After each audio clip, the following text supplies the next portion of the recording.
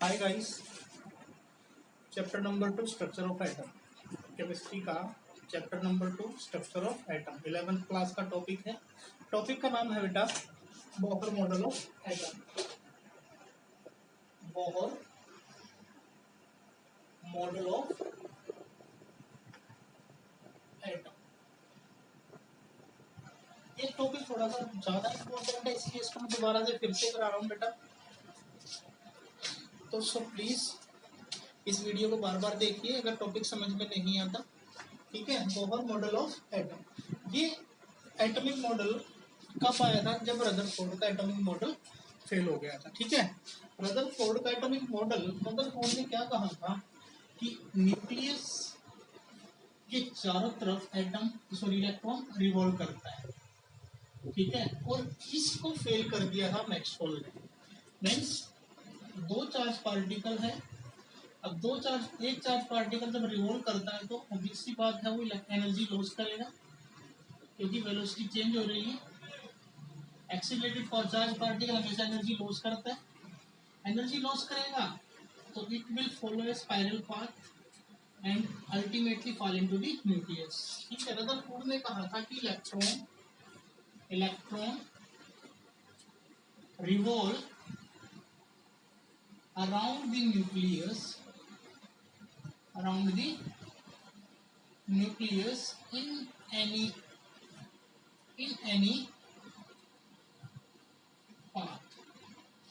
in any path of circular direction. circular ठीक है, at very high speed. ये Rutherford बोलता था, मतलब इलेक्ट्रॉन एक सर्कुलर पाथ में घूमता है और वो किसी भी पाथ में घूमता है। ठीक है, यहाँ भी घूम, ऐसे भी घूम सकता है, ऐसे भी घूम, कहीं भी घूम सकता है। ठीक है, सो इसको जब मैक्सवेल की थ्योरी आई, मैक्सवेल की थ्योरी ने इसको फेल कर दिया था, जिससे रदरफोर्ड इसको एक्सप्लेन नहीं कर पाया। ठीक है, तो उसके बाद बोहर ने इस मॉडल को देखा। उसने क्या किया बेटा, एक हाइड्रोजन लैंप बनाया। ठीक है, उस हाइड्रोजन लैंप में हाइड्रोजन गैस बनी। ठीक है, और जब इसको स्विच को ऑन किया गया तो इस लैंप से बहुत सारी रेडिएशंस निकली। उन सभी रेडिएशंस को एक प्रिज्म पे गिरवाया, प्रिज्म पे इंसिडेंट करवाया। ये प्रिज्म है। इस हाइड्रोजन लैंप से जो रेडिएशन इस प्रिज्म पे डली, प्रिज्म पे डलने के बाद वो रेडिएशन आपकी क्या हो गई, एक स्पेक्ट्रम में कन्वर्ट हो गई। अब ये जो लाइन दिख रही है, जब उसने इन लाइंस को, इस स्पेक्ट्रम को ऑब्जर्व किया तो इनमें जो सभी की जो वेवलेंथ थी,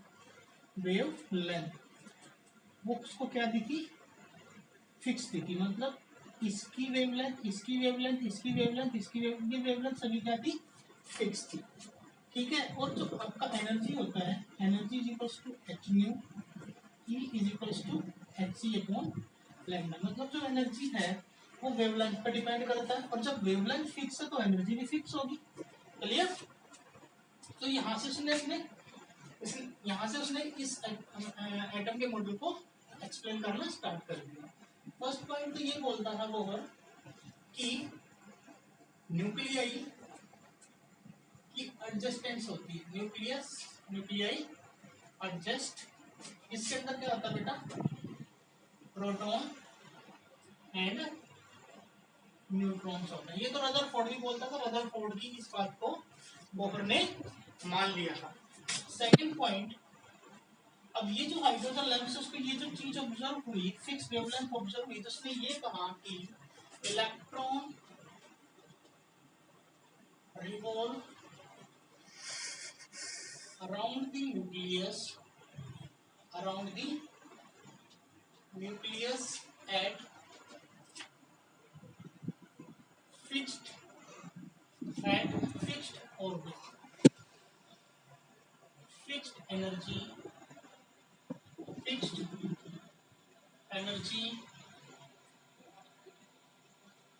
fixed velocity and fixed radius.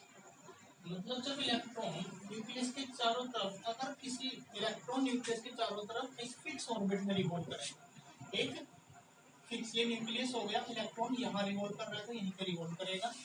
यहाँ पे इलेक्ट्रॉन का एनर्जी भी फिक्स होगा, वेलोसिटी भी फिक्स होगा, रेडियस भी फिक्स होगा, ये वाला, ठीक है। सो इलेक्ट्रॉन यहाँ भी रिवॉल्व कर सकता है, इस ऑर्बिट में भी रिवॉल्व कर सकता है, इलेक्ट्रॉन इस ऑर्बिट में भी रिवॉल्व कर सकता है। मतलब अगर इलेक्ट्रॉन यहाँ पे रिवॉल्व करेगा तो उसने बोला कि यहाँ पे n की वैल्यू 1 और इसको नाम दिया उसने k सेल, मतलब उसने अब सेल डिफाइन कर दिया, ठीक है। अगर इलेक्ट्रॉन यहाँ पे घूम रहा है तो उसने यहाँ पे n की वैल्यू 2 रखी और इसको नाम दिया l सेल, ठीक है। यहाँ पे n की वैल्यू 3 रखी और उसको नाम दिया m सेल, मतलब उसने सेल डिफाइन कर दी कि इलेक्ट्रॉन है ना एक फिक्स ऑर्बिट में ही रिवॉल्व करेगा।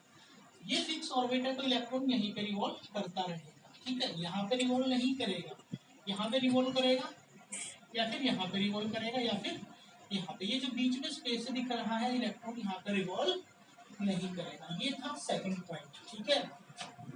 Electron revolve around the nucleus eight fix orbit in fix energy in fix velocity and fix radius. अगर इस ऑर्बिट में घूम रहा है तो इसको k सेल, इसको l सेल और इसको m सेल, ये तो आप लोगों ने पढ़ ही रखा है। तो मतलब उसने उसने देखो यहाँ पे इसको सन समझ लो और ये अर्थ हो गई, ये दूसरा प्लेनेट हो गया, दूसरा। जैसे अर्थ अपना रेडियस कभी भी चेंज नहीं करती ना, ऐसे ही अपने पास पे घूमती रहती है, मतलब ये इसका सर्कुलर, ये इसका फिक्स ऑर्बिट हो गया। अर्थ यहाँ पे नहीं घूम सकती, ये स्पेस तो खाली रहता है, अर्थ इसी ऑर्बिट में घूमती रहेगी ऐसे। अगर वो इस ऑर्बिट में घूम रही है तो उसका मतलब कोई रैंडम मोशन नहीं है। अगर रैंडम मोशन होगा तभी तो एनर्जी लॉस होगी, अब इसमें तो रैंडम मोशन नहीं है ना, तो ये तो ऐसे घूम रहा है। तो उसने कहा भाड़ में गई मैक्सिमम थ्योरी, इलेक्ट्रॉन यहाँ पे घूम रहा है तो फिक्स ऑर्बिट में ही घूमता रहेगा, अगर यहाँ पे घूम रहा है तो इलेक्ट्रॉन यहाँ पे भी घूमता रहेगा, ये ध्यान रखना, ठीक है। ये समझ आ गया second point. And third point is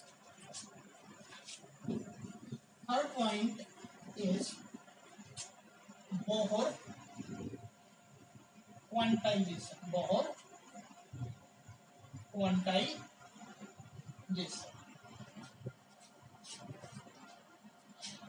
देखो बेटा, क्वांटाइजेशन का मतलब होता है available in fixed amount, available in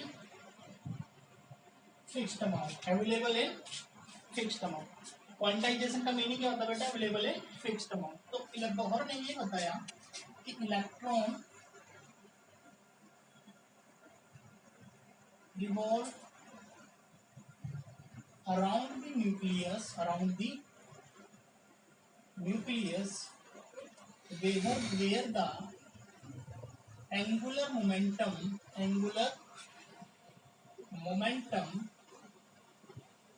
of the electron is an integral multiple of h upon 2 pi, integral multiple of h upon 2 pi। मतलब ये कह रहा है कि बेटा ये इलेक्ट्रॉन वहीं पे घूमेगा जहां पे उसका angular momentum h upon 2 pi होगा। मतलब ये देखो बेटा quantization condition, this condition is called quantization condition. मतलब इलेक्ट्रॉन वहीं पे रिवॉल्व करेगा, न्यूक्लियस के चारों तरफ वहीं पे रिवॉल्व करेगा जहां पे उसका एंगुलर मोमेंटम क्या होगा, integral multiple of h upon 2 pi। अब ये एंगुलर मोमेंटम क्या होता है, एंगुलर मोमेंटम आपको लीनियर मोमेंटम का तो पता है। लीनियर मोमेंटम अगर कोई बॉडी स्ट्रेट लाइन जा रही है this is the linear momentum, अगर कोई बॉडी सर्कुलर मोमेंट में है तो इसके पास क्या होगा, एंगुलर मोमेंटम। तो ये न्यूक्लियस और ये इलेक्ट्रॉन, ये तो न्यूक्लियस तो चारों तरफ रिवॉल्व करेगा ना, तो इसके पास इसका क्या बेटा v वेलोसिटी, इसके पास इसका r रेडियस है और इसका मास m है, ठीक है। सो एंगुलर मोमेंटम क्या होता है, L is equals to cross product of r into p, cross product of r and p। So cross product को जब हम हटाते हैं ये वेक्टर क्वांटिटी तो साइन लगता है बेटा किसका, rp साइन थीटा। अब यहाँ पे देखो बेटा एंगल कितना है 90 डिग्री, यहाँ पे जो एंगल बनेगा 90 डिग्री बनेगा ना। सो rp sign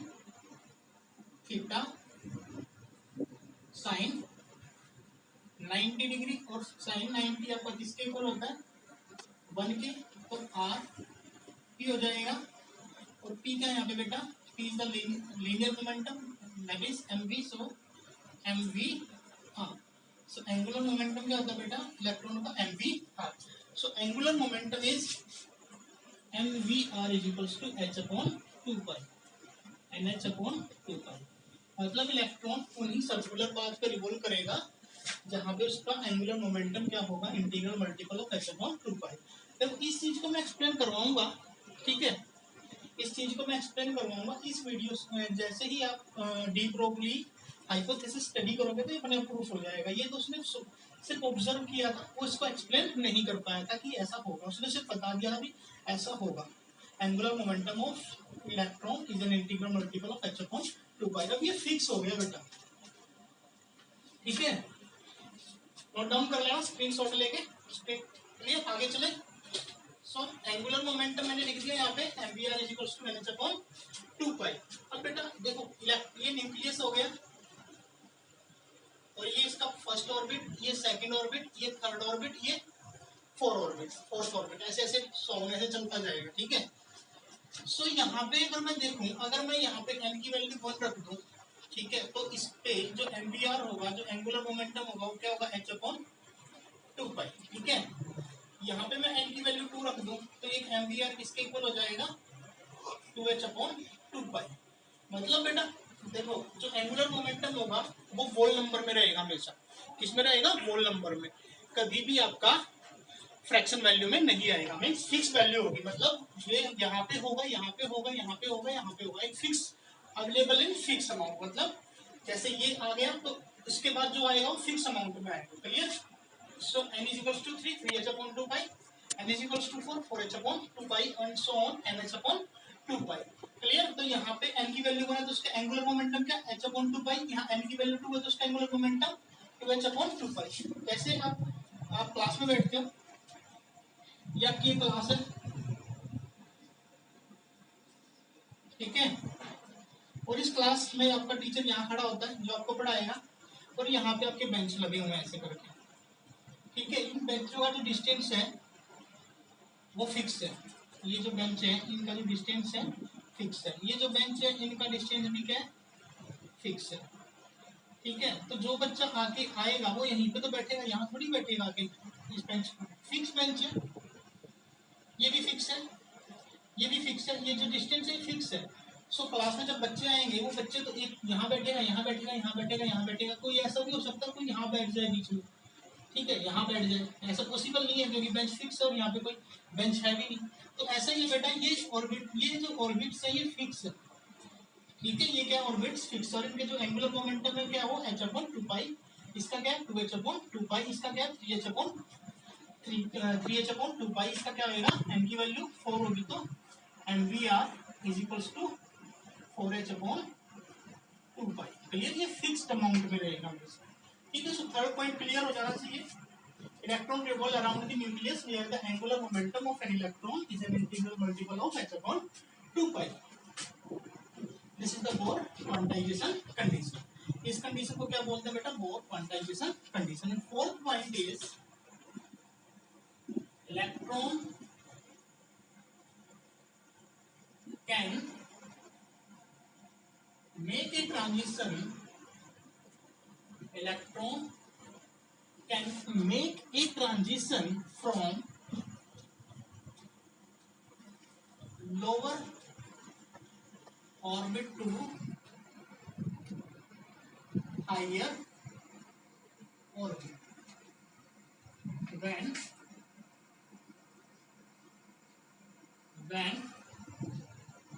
energy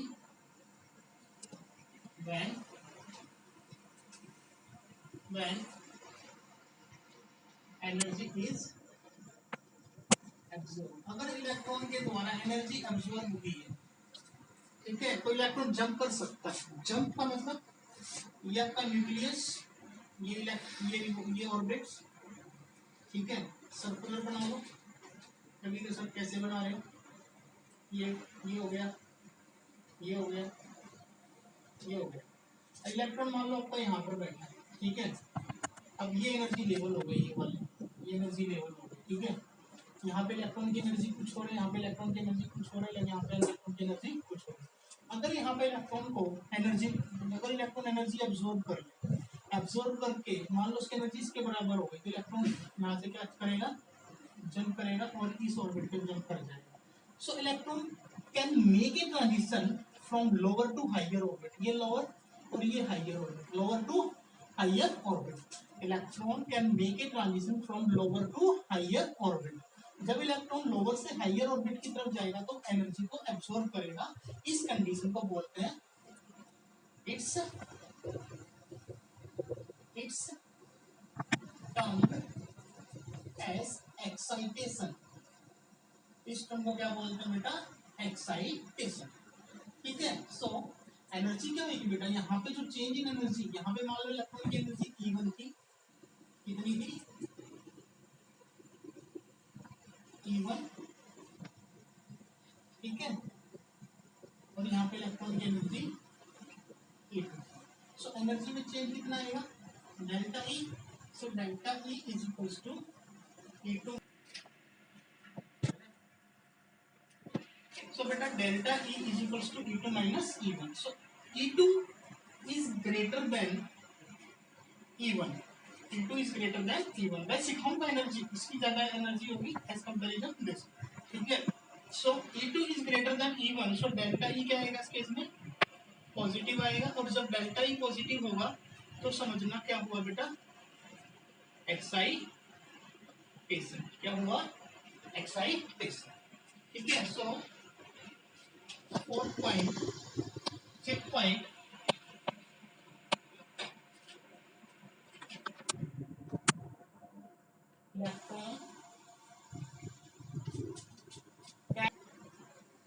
electron can make a transition from higher to lower orbit when energy is emitted। अगर इलेक्ट्रॉन एनर्जी को एमिट कर दे तो बेटा इलेक्ट्रॉन आपका कूद के आ जाएगा लोअर ऑर्बिट से, ऑर्बिट पे, हायर से लोअर ऑर्बिट की तरफ। ये न्यूक्लियस, ये फर्स्ट ऑर्बिट, ये सेकंड ऑर्बिट, ये थर्ड ऑर्बिट। आगे भी बढ़ा लो, ये इलेक्ट्रॉन यहाँ पर बैठा हुआ है, ठीक है। अगर ये एनर्जी एब्जॉर्ब कर दे और इसकी एनर्जी के इक्वल हो जाए तो ये जंप करके आ जाएगा इस टर्म, इस पे फर्स्ट ऑर्बिट। फर्स्ट पे भी आ सकता है, सेकंड पे भी आ सकता है, कोई मैंडेटरी है फर्स्ट पे ही आएगा। अगर एनर्जी इसके बराबर हुई तो इस पे आ जाएगा, अगर एनर्जी इसके बराबर हुई तो जंप करके इस पे आ जाएगा। सो ट्रांजिशन तो करेगा, तब करेगा हायर से लोअर की तरफ, तब करेगा जब एनर्जी को लॉस करेगा। सो इस टर्म को बोलते हैं, its term is de excitation. So यहाँ पे इलेक्ट्रॉन का एनर्जी E1 था, यहाँ पे इलेक्ट्रॉन का एनर्जी क्या हो गया E2। So delta E is equals to E2 minus E1। So E1 is greater than E2, so delta E is equals to negative. देखो बेटा, अगर E1 is greater than E2, E1 is greater than E2, तो आपका जो delta E आएगा negative आएगा। जब delta E negative आता है तो कौन सी कंडीशन होती है, D excitation. This is the postulates of Bohr model of atom. ये 5 पोस्टुलेट्स थे। अब हम आगे बढ़ते हैं, ठीक है। पांचों एटम के अंदर न्यूक्लियस एग्जिस्ट करता है जिसमें प्रोटॉन और इलेक्ट्रॉन होते हैं, और न्यूक्लियस का साइज इलेक्ट्रॉन एटम के साइज के कंपैरिजन में नेग्लिजिबल होता है। सेकंड पॉइंट था आपका कि इलेक्ट्रॉन न्यूक्लियस के चारों तरफ एक फिक्स रेडियस में, फिक्स वेलोसिटी के साथ एक फिक्स ऑर्बिट में रिवॉल्व करेगा, ठीक है। और थर्ड पॉइंट था आपका बोहर क्वांटाइजेशन। बोहर क्वांटाइजेशन, उसमें क्या बताया था, क्वांटाइजेशन का मतलब fix available in fixed amount, मतलब इलेक्ट्रॉन उन्हीं ऑर्बिट पर रिवॉल्व करेगा जहां पे इलेक्ट्रॉन का एंगुलर मोमेंटम किसके इक्वल होगा, NH/2π के, ठीक है। सो के सेल भी बता दिया, एन की वैल्यू जब 1 होगी के सेल, एन की वैल्यू 2 होगी तो एल सेल, और एन की वैल्यू 3 होगी तो M shell. Electron can make a transition from lower to higher या फिर higher to lower, lower to higher excitation, higher to lower de excitation. अब इसकी कुछ मैथमेटिक्स देखो बेटा। अब बोहर ने क्या किया, एनर्जी से लेके velocity, radius potential energy, kinetic energy सब कैलकुलेट कर दे। अब ये बताओ कि ये तो आपका न्यूक्लियस हो गया और ये आपका इलेक्ट्रॉन हो गया, ठीक है। आपको पता है इनके बीच में कौन सा फोर्स है, electrostatic force of attraction. Electrostatic force of attraction मतलब ग्रेविटेशनल, जैसे अर्थ सन ग्रेविटेशनल फोर्स से अर्थ को घुमाता है ना, वैसे इलेक्ट्रोस्टैटिक फोर्स इस इलेक्ट्रॉन को एक सेंट्रीपिटल फोर्स प्रोवाइड करेगा, और वो सेंट्रीपिटल फोर्स इलेक्ट्रॉन जब सेंट्रीपिटल फोर्स प्रोवाइड करने से इलेक्ट्रॉन क्या होने लगेगा बेटा, रिवॉल्व करने लगेगा, ठीक है। सो ये जो सेंट्रीपिटल फोर्स है वो किसके इक्वल होगा, इलेक्ट्रोस्टैटिक फोर्स ऑफ अट्रैक्शन के। So electrostatic force of attraction is equals to centripetal force. ये दो फोर्स इक्वल हो गई, ये ध्यान रखना है। और एक कंडीशन मैंने सिखा दी, M V R is equals to M H upon 2 pi. एक इक्वेशन तो ये हो गई बेटा, और एक इक्वेशन आपकी ये हो गई, ठीक है, F E is equals to F C. अब देखो बेटा, दो चार्ज पार्टिकल हैं, एक चार्ज पार्टिकल मान लो ये और एक चार्ज पार्टिकल मान लो ये, जैसे Q1 और Q2, ये इनके बीच का रेडियस है r, ठीक है। फिजिक्स में पढ़ोगे, फर्स्ट चैप्टर है फिजिक्स का इलेक्ट्रोस्टैटिक, मित्तल सर बताएंगे उसके बारे में आप लोगों को, ठीक है। मैं सिर्फ आपको ओवरव्यू दूंगा उसका। अगर दो चार्ज पार्टिकल हैं, उन चार्ज पार्टिकल के बीच जो फोर्स लगेगा इलेक्ट्रोस्टैटिक फोर्स, वो फोर्स होता है हमेशा K into Q1 upon Q2 upon R square, ठीक है। तो यहाँ पे जो K है ये कांस्टेंट है, इसको 1/4 पाई एप्सिलॉन नॉट बोलते हैं, और इसकी जो वैल्यू होती है 9 into 10⁹ newton metre square upon coulomb square, ठीक है। ये ध्यान रखना, मुझे तो इस वैल्यू की जरूरत है, ठीक है। आपको ये फॉर्मूला याद रखना है, F E is equals to K into Q1 into Q2 upon R square. अब देखो बेटा, यहाँ पे मैं Q1 की जगह क्या रखूंगा और Q2 की जगह मैं क्या रखूंगा। अब ये क्या आपका न्यूक्लियस है, न्यूक्लियस के अंदर क्या होते हैं, प्रोटॉन होते हैं। आपको पता है जितना एटॉमिक नंबर होता है ना एटम का, उसमें उतने ही प्रोटॉन होते हैं।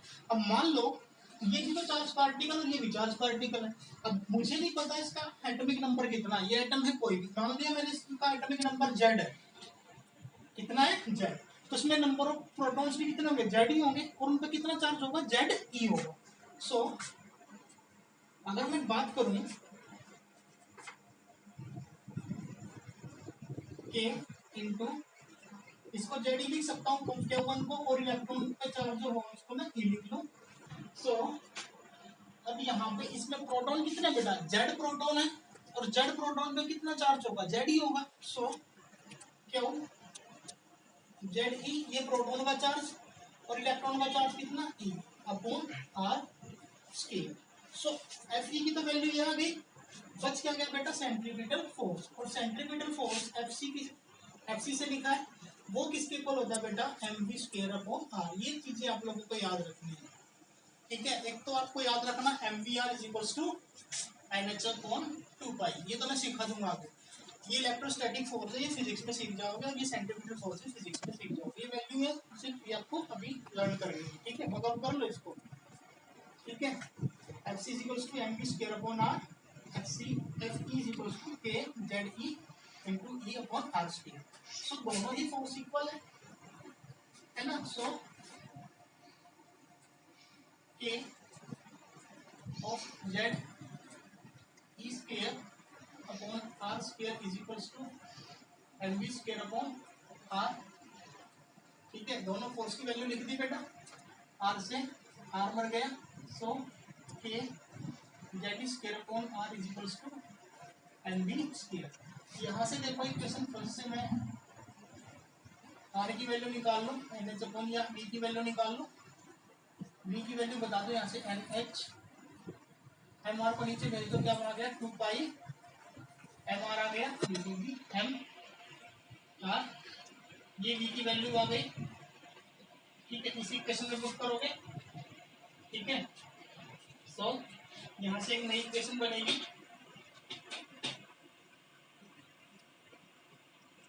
यहाँ से देखो बेटा, अपने बी की वैल्यू यहाँ पे पुट करनी है इसमें। So K Z E square upon R, M V की वैल्यू क्या है, N H upon 2 pi M R का होल स्क्वायर, ठीक है। So K Z E square upon R is equal to M N square H square, two का square क्या बनेगा बेटा 4 पाई का क्या बनेगा पाई स्क्वायर, एम का क्या बनेगा एम स्क्वायर इंटू आर का क्या बनेगा आर स्क्वायर। सो आर से ये आर भी मर गया, ठीक है। मुझे रेडियस कैलकुलेट करना है, रेडियस को ले आओ इधर, सो और इसको ले जाओ इधर। So M R is equals to M N square H square upon ये नीचे चला जाएगा के Z E square 4 pi square into M square. So सारी वैल्यूज नोन है। n is the mass of the electron, n is the number of cells, z is the atomic number, ये variable है, h is the Planck's constant, k is equals to k is a constant। सो देखो value सबकी लिख रहा हूँ। And mass of electron कितना होता है बेटा 9.1 इंटू 10⁻⁻13 kg, ठीक है। और h is the Planck's constant, Planck's constant ये मैंने सिखाया था 6.6 इंटू 10⁻34 जूल पर सेकेंड, ठीक है। एच की वैल्यू भी पता है, के की वैल्यू मैंने क्या बताई थी 9 into 10⁻9 newton metre square upon C square. और पाई की वैल्यू भी पता है, इलेक्ट्रॉन पे चार्ज कितना है, मैग्नीट्यूड कितना होता है चार्ज का 1.6 इंटू 10⁻19 कूलम, ठीक है। ये सभी वैल्यूज पुट अप कर दो, ये जो सभी वैल्यूज, मैं थोड़ा मार्कर को साइड पे लाऊं, मार्कर वर्क नहीं कर रहा अच्छे से। ये सभी वैल्यूज इस इक्वेशन में पुट कर दें। So R is equals to N की वैल्यू कितनी है 9.1 into 10⁻31 kg, N is the variable, H की वैल्यू कितना 6.6 इंटू 10⁻34 जूल पर सेकेंड, ठीक है। और होल स्क्वायर है ना बेटा, देखो होल स्क्वायर, तो यहाँ पे क्या आएगा होल स्क्वायर इंटू यहाँ पे क्या आ गया आपका N square divide by T की वैल्यू 9 इंटू 10⁻9, जेड वेरिएबल है, इसको लास्ट में लिख लो, ठीक है। और इलेक्ट्रॉन सॉरी चार्ज कितना है 1.6 इंटू 10⁻⁻19 का होल स्क्वायर, ई स्क्वायर है ना 4 यहाँ पे इंटू 4, और पाई की वैल्यू कितनी है बेटा 3.14। ये सभी वैल्यूज, और यहाँ पे मास ऑफ द इलेक्ट्रॉन ये भी आएगा यहाँ पे 9 इंटू 1 इंटू 10⁻31 का होल स्क्वायर। अब ठीक है, ये सारी की सारी वैल्यूज मैंने रखने के बाद यहाँ एन स्क्वायर अपॉन जेड, सो आपकी जो वैल्यूज आ गई हैं कैलकुलेट करने के बाद, वो वैल्यू आ गई आपकी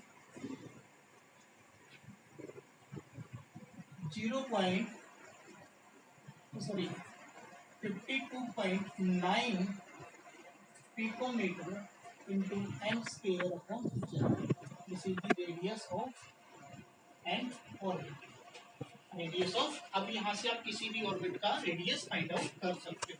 अगर मुझे रेडियस फॉर हाइड्रोजन एटम के लिए निकालना है, और ये जो मॉडल है आपका हाइड्रोजन एटम के लिए ही था, या फिर हाइड्रोजन लाइक एटम के लिए था, दूसरे एटम के लिए मॉडल फेल हो गया था, ठीक है। सो हाइड्रोजन एटम के लिए बात करें जहाँ पे जेड आपका 1 होता है, और एन की वैल्यू 1 ले लूँ, एन की वैल्यू 1 लेते ही जो R1 होगा आपका 52.9 पिकोमीटर, ये हो जाएगा। R2 देख लो, R2 देखो, R2 निकालना है, मतलब मैं जेड की वैल्यू 1 ले लूँ और एन की वैल्यू 2 ले लूँ, तो R2 कितना हो जाएगा आपका 52.9, यहाँ पे 2 रखोगे, 2 का स्क्वायर 4 बनेगा, ये पिकोमीटर, ठीक है। इसको कैलकुलेट करना 9 4 जा 36, 9 4 जा 36, 3 कैरी 4 2 जा 8 11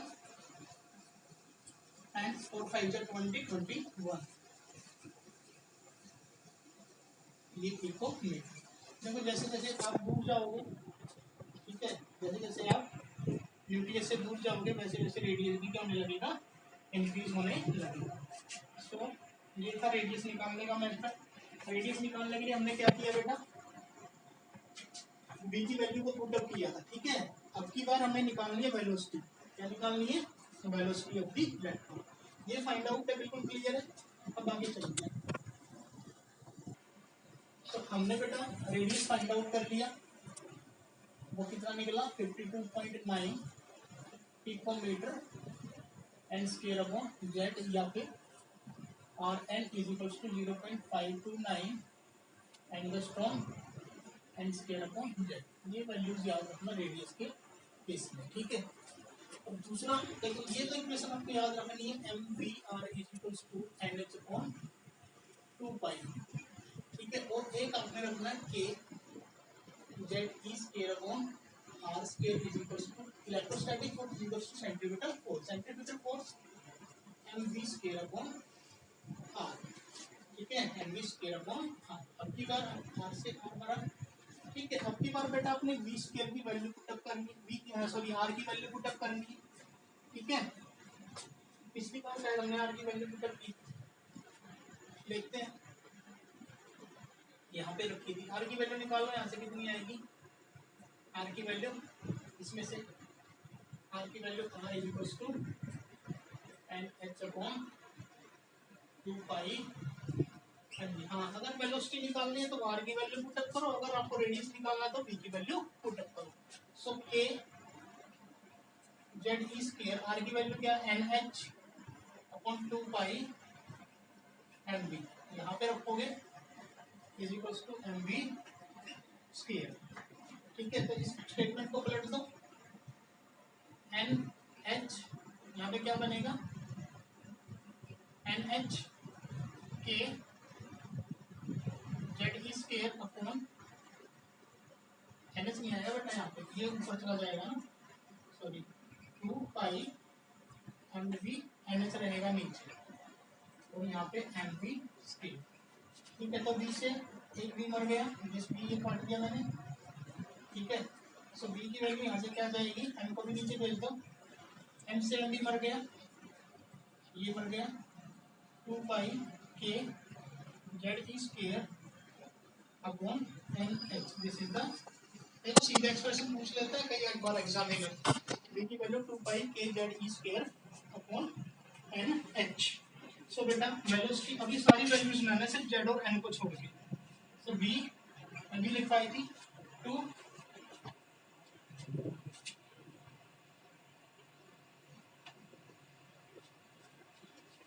यहाँ पे क्या बेटा 2, और बेटा पाई की वैल्यू तो 3.14, के की वैल्यू मैंने लिखवाई थी 9 इंटू 10⁻⁹, जेड वेरिएबल है, इलेक्ट्रॉन सॉरी चार्ज कितना है 1.6 इंटू 10⁻⁻19 का होल स्क्वायर और इंटू में जेड अपॉन एच की वैल्यू 6.6 इंटू 10⁻34, ये नीचे आ गया एन। सभी को कैलकुलेट किया तो आया answer 2.2 into 10⁻6 Z by N metre per second. जो वेलोसिटी है ना उसको तो मीटर पर सेकंड में लिखोगे, this is the second formula, ठीक है। लास्ट में सारे याद रखने, v is equals to velocity आ गई ना ये वाली 2.2 into 10⁻6 Z by N metre per second. तो बेटा ये एक्सप्रेशन क्लियर यहाँ तक। एमवीआर आर की वैल्यू निकाली, आर की वैल्यू पुट अप की एक्सप्रेशन के अंदर, फिर सोल्व आउट करके सारी वैल्यूज रख के एक्सप्रेशन ये आ गई, ठीक है। सो मेरे पास इलेक्ट्रॉन रेडियस भी आ गया, इलेक्ट्रॉन का वेलोसिटी भी आ गया। अब मुझे इलेक्ट्रॉन की एनर्जी फाइंड आउट करनी है, ठीक है। सो बेटा यहाँ पे आप स्क्रीन शॉट लेके इसको लिख लेना, मैं यहाँ पे वेलोसिटी लिख रहा हूँ।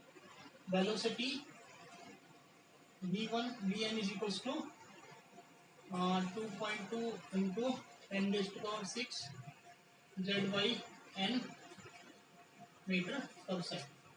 This is the second expression. And fourth is energy of the electron. अब इलेक्ट्रॉन के पास दो तरह की एनर्जी है, ठीक है। मैं तो एनर्जी निकालूंगा, इलेक्ट्रॉन के पास दो तरह की एनर्जी है, उसकी काइनेटिक एनर्जी और एक उसकी पोटेंशियल एनर्जी। देखो बेटा, दो चार्ज पार्टिकल के बीच में ना पोटेंशियल एनर्जी होती है, ग्रेविटेशनल एनर्जी होती है, पोटेंशियल एनर्जी। जो चार्ज पार्टिकल के बीच एनर्जी होती है उसको इलेक्ट्रोस्टैटिक पोटेंशियल एनर्जी बोलते हैं, इलेक्ट्रोस्टैटिक पोटेंशियल एनर्जी। सो बेटा पहले आप काइनेटिक एनर्जी फाइंड आउट करो, पोटेंशियल एनर्जी फाइंड आउट करो, दोनों को ऐड करो तो आपके पास आ जाएगी एनर्जी। सो मैं काइनेटिक एनर्जी की बात करूँ वो तो आप लोगों को भी पता है, 1/2 mv square, this is the kinetic energy. So बेटा kinetic energy of mass of the electron, mass कितना इलेक्ट्रॉन का, 9.1 इंटू 10⁻31 kg। वेलोसिटी कितनी है, 2.2 into 10⁻6 Z/n metre per second का होल स्क्वायर। इसको सोल्व कर लो, 1/2 9.1 इंटू 10⁻31 kg। इसको सोल्व करोगे 22 का स्क्वायर कितना आएगा, 4.84, ये 10⁻12। ठीक है, यहाँ पे आ गया आपका जूल, तो ये into Z/n, Z/n this is the kinetic energy. ये तो जूल में आई ना बेटा। मुझे इसको इलेक्ट्रॉन वोल्ट में फाइंड आउट करना है, और एक इलेक्ट्रॉन वोल्ट आपका होता है 1.6 इंटू 10⁻19 जूल। सो 1 जूल कितने के इक्वल हो जाएगा, 1 इलेक्ट्रॉन वोल्ट अपॉन 1.6 इंटू 10⁻19। इस वैल्यूज को यहाँ रख दो जूल की जगह। So kinetic energy is equals to half 9.1 into 10⁻31, ठीक है, इंटू 4 यहाँ पे इसको ये तो अभी तो वैसे लिखोगे बेटा मीटर स्क्वायर पर सेकंड स्क्वायर, पर ये एनर्जी जूल में आएगी, यहाँ पे जूल में आएगी तो जूल की वैल्यू पुटअप कर देनी है।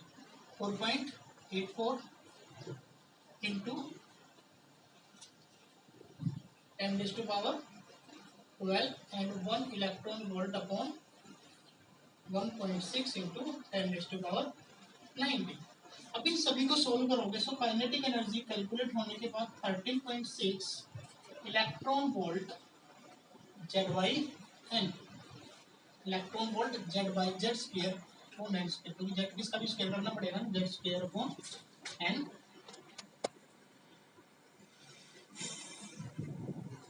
Electron volt z square upon n square.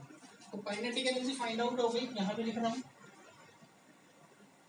Kinetic energy is equals to 13.6 into electron volt z square upon n square. ये आपका काइनेटिक एनर्जी का एक्सप्रेशन हो गया। सो अब पोटेंशियल एनर्जी की बात करेंगे। देखो बेटा सिर्फ काइनेटिक एनर्जी की वैल्यू रखी है और सिर्फ वैल्यूज पुट करके सॉल्व किया, ठीक है। अब लास्ट में आपका पोटेंशियल एनर्जी आ गया। Potential kinetic energy find out हो गई। अब पोटेंशियल एनर्जी की बात करेंगे। इलेक्ट्रॉन, मैंने बताया था दो चार्ज पार्टिकल के बीच कौन सी एनर्जी होती है, इलेक्ट्रोस्टैटिक पोटेंशियल एनर्जी। हाइट के लिए यूज नहीं होती पोटेंशियल एनर्जी, चार्ज पार्टिकल के बीच की भी होती है। और वो एनर्जी क्या आती है बेटा, K into ZE into minus E upon R, ठीक है। सो K की वैल्यू यहाँ पे 1/4 pi epsilon naught into 9 into 10⁻9 newton metre square upon s। Electrostatic potential, देखो पोटेंशियल एनर्जी में हम मैग्नीट्यूड भी लिखेंगे, मैग्नीट्यूड भी लिखना पड़ता है पोटेंशियल एनर्जी में, पॉजिटिव है तो पॉजिटिव, नेगेटिव है तो नेगेटिव। काइनेटिक एनर्जी में ऐसा नहीं करना है, ठीक है।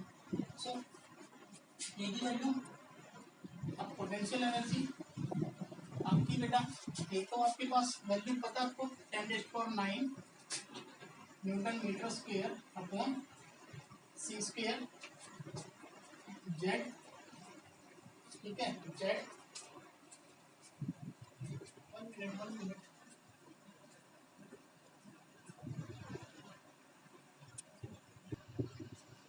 ये वैल्यूज आपने लिख दी बेटा। ई की z का z तो वेरिएबल है, ठीक है। यहाँ पे 1.6 इंटू 10⁻90, यहाँ पे माइनस इंटू माइनस 1.6 इंटू 10⁻19, ठीक है। अब यहाँ पे रेडियस है, रेडियस की वैल्यू कितनी है 52.9 picometre N square upon Z, Z ऊपर जाएगा तो उसको स्क्वायर कर देगा, ठीक है। सो सभी को सॉर्ट आउट कर लो। तो पोटेंशियल एनर्जी कैलकुलेट हो गया आएगी -27.2 electron volt Z square upon N square, ठीक है। This is the potential energy of the electron. ये नेगेटिव में आ गई। So potential energy is equals to -27.2 electron volt Z square upon N square, ठीक है। Z square upon N square. अब ये सारी एनर्जीज, ये सारे एक्सप्रेशन मैंने फाइंड आउट कर दिए बेटा, kinetic energy, potential energy. Total energy तो फाइंड आउट कर सकते हो नॉर्मली। देखो इसको दोबारा देख लो। जो पोटेंशियल एनर्जी होगी वो किसके इक्वल होगी, 1/k इंटू दो चार्ज का product of two charge upon distance, इन दोनों के बीच का डिस्टेंस। प्रोटॉन पे चार्ज ZE और इलेक्ट्रॉन पे चार्ज -E और उनके बीच का डिस्टेंस R। यहाँ पे सारी वैल्यूज रखनी है, रेडियस रखना है, सोल्व करना है, पोटेंशियल एनर्जी फाइंड आउट हो जाएगी।